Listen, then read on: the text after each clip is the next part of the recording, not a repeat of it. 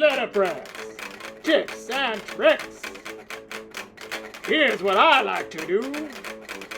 Having all sorts of fun in the studio. Stukenborg Press.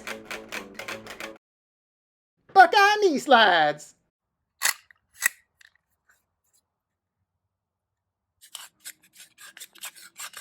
Stop that!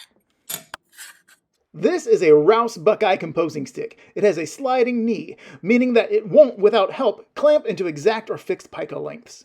Now, I'm a fully registered member of the Registration Club, so you might think that the possible loosey-goosey nature might bug me. Nope! I love it.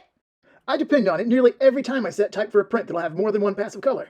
This super quick one-trick video is actually going to be more of a tribute to a humble tool that doesn't get sung about enough. It's going to be almost too fast, but at the end of this video, you'll see one quick glimpse of the sneaky power of the sliding knee. There's also the Grover, the Common Screw, the Yankee Job, and many other sliding knee composing sticks that might become your champ favorite. The Buckeye is my favorite, though, not just because I grew up in Ohio. They're fast, they hold their setting rock solid, and I've always liked how keenly you can tune up and adjust how far you like the clamping lever to twist by raising or lowering the position of this pin. Sounds fishy. Why use a stick with such a variable position? Seems sort of willy-nilly, especially when compared to the now standard composing sticks that have a dependable and fixed position of measure. These will clearly make for easier and more consistent work. That is quite true. I do build my compositions using a standard stick, so I'm sure of exact pica lengths. In fact, nearly all of my typesetting is not done in a Buckeye. This whole form was built at 25 picas wide, and the type within this section has a 22 pica line length.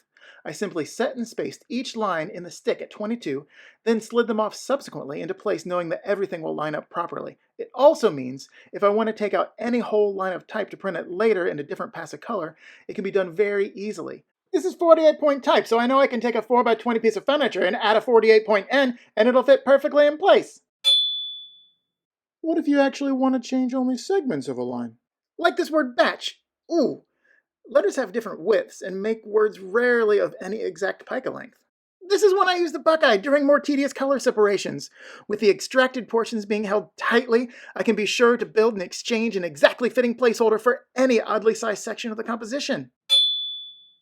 Whoa, thanks for watching my video. If you want to see more letterpress related stuff like this, please do subscribe to my little channel. It's just starting up. I'm in the process of finishing my first few videos, and I'd love for you to be there to see the next ones too. Also, check out my Etsy page, Stukenborg. Maybe buy a print. There's a link to it on my website, and if I've done things correctly, you should be able to click on it through the video's description.